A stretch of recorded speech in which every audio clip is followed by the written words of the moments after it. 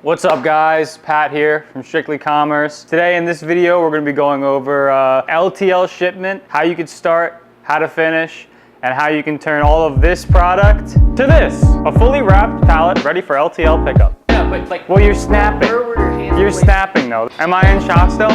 To this.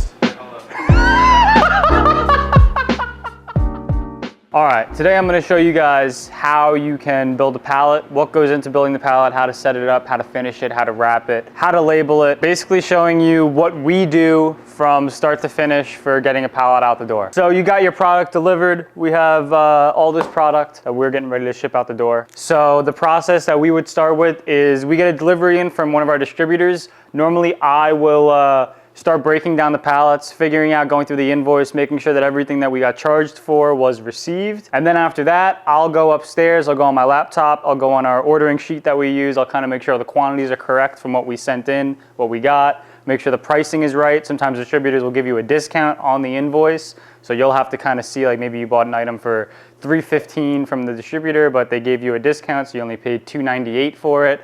Whatever that may be, we'll go through, get all the numbers right, and then we'll add everything to our inventory. And we use a software called 2D Workflow for our LTL, our pallets. So we like this software, we think it works well for us. We're gonna have a video coming out on that soon, but I'm gonna just show you our process of adding inventory, making a buy list, LTL, putting it through, printing labels. So let's do that now. All right guys, now we're over in 2D Workflow here. Basically all I did off camera was just add 2 SKUs to a buy list just for the purpose of the video. First off, what I'll do when I prep a pallet is I'll try to be aware of what products I have in the warehouse, like weight-wise, bundle-wise, everything like that, just so that I'm aware of what should go on the base of the pallet, what would make the most sense to put on the bottom of the pallet, and then build up from there. Obviously, you don't want to put something that's like light, small and light on the bottom of a pallet. If you also have, like, let's say a Clorox spray, a gallon of bleach, whatever you may be ordering, just be smart with that stuff. Be aware of what's going on your pallet.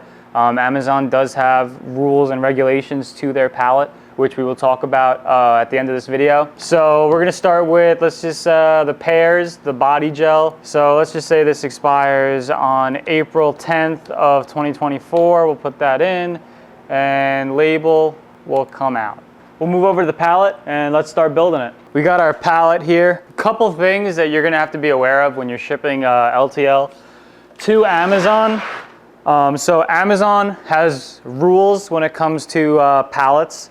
So your pallet length width cannot exceed 40 by 48. It needs to be 40 inches by 48 inches. For Amazon, the height cannot exceed, I believe it's 72 inches. And the weight cannot exceed 1,500 pounds. Normally will never really go above like 14, 13, 50. Yeah, so Amazon has some rules when it comes to pallets. Look those up, become familiar with those so that you don't get banged over the head with unnecessary fees once the pallet gets delivered to Amazon. One more thing I want to add in regards to the pallets, just make sure that, you know, it's a pallet that's in decent condition. And when I say that, I want to say that you know what I mean, but some people are not going to know what I mean. But I'm just saying, like, make sure your pallets can actually like support the weight you're putting on them. Make sure that the products you put on here are not going to just topple over, snap, that the pallet is not teeter-tottering on either corner.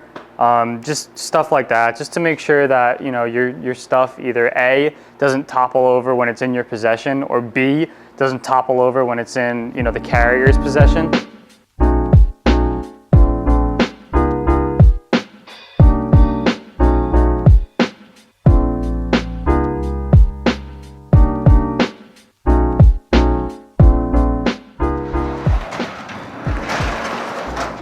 What's up, man? How you doing? How many you got? Just 3 today.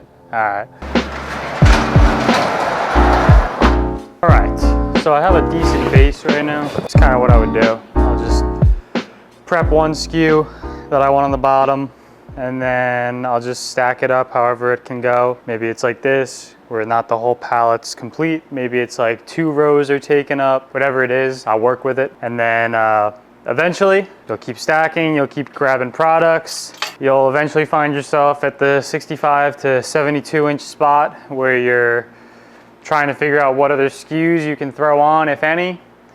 And then it gets to a point where you either clip it, you call it, or you bust another pallet out and get ready to build another one up. So let's wrap one. All right, so what I'll do when I start, normally I'll find like a corner. I can kind of just like shimmy it under there. I'll just start at the bottom and keep going.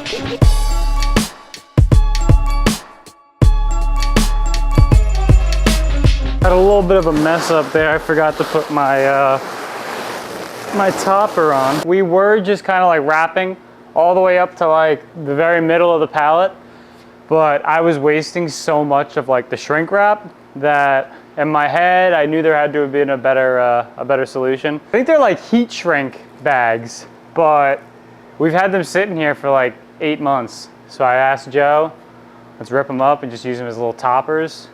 That's what we've been doing, just been ripping them up. And that is how you wrap a pallet, start to finish. After you do this, what you're gonna do is you're gonna transport to Seller Central the weight of your pallets, whatever they may be, the height of your pallet or pallets, whatever they may be, and the number of boxes that you have total on 1 pallet, 2 pallets, 3 pallets, whatever you're sending in. You're gonna transmit all that information to Amazon. They're gonna send you the labels. You're gonna put a label on each side of the pallet. All 4 labels are the same. They just need to be visible on each side of the pallet. And then Amazon will, depending on how you're shipping, you're gonna get a BOL and someone's gonna show up and take your items. So you just sent in your first LTL shipment.